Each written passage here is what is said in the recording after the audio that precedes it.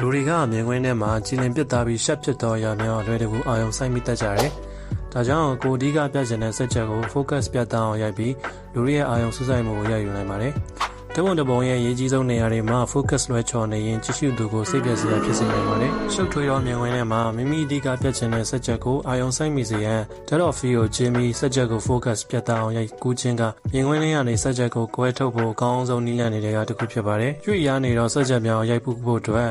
autofocus ရဲ့ AFC လို့ခေါ်တဲ့ continuous autofocus ကိုအသုံးပြုခြင်းကမှန်ကန်သောရွေးချယ်မှုဖြစ်ပါတယ်။ Eye tracking system ပါတဲ့နည်းပညာမြင့်တဲ့ကင်မရာတွေကတော့ဓာတ်ပုံစင်ကိုတက်တောင့်တက်တာနဲ့ရွေ့ရနေသောစက်ချက်များကိုရိုက်ကူးဖို့အတွက်ကူညီပေးနိုင်ပါတယ်။ငြိမ်သက်နေပြီးမရွေ့ရနိုင်တဲ့စက်ချက်တွေကိုရိုက်တဲ့အခါမှာ focus lock ချပြီးဖြစ်ဖြစ် manual focus သုံးပြီးဖြစ်ဖြစ်ရိုက်ကူးခြင်းကတက်က focus ဖြတ်စရာမလိုဘဲနဲ့အလုပ်များများနဲ့မြန်ပြီးစေနိုင်ပါတယ်။ autofocus ရတဲ့ lens များဟာ manual focus ပဲရတဲ့ lens များတဲ့ဈေးနှုန်းပိုများတော့လဲဓာတ်ပုံစင်ကိုအချိန်လှုပ်ရှုပ်သက်သာစေပြီးရွှေ့ရနေသောအရာများကိုရိုက်ကူးရတွင်များစွာအလုပ်ဖြစ်စေပါတယ်။ဒိုးလိုက်ခြေနေနဲ့ရှုပ်ထွေးသောမြင်ကွင်းခြေနေတွေမှာ auto focus ကကိုပြတ်သားခြင်းတဲ့စက်ချက်ကို focus အတိအကဖြစ်ဖို့ခက်ခဲနိုင်တာကြောင့် manual focus ကိုအားကိုးလို့ရပါတယ်။ပြတ်သားမှုနယ်ပယ်ကို foreground to background ဒီအားလုံးပြတ်သားစေခြင်းရဲ့ focus stacking နည်းပညာကိုအသုံးပြုနိုင်လို့ hyperfocal distance formula ကိုလည်းအသုံးပြုနိုင်ပါတယ်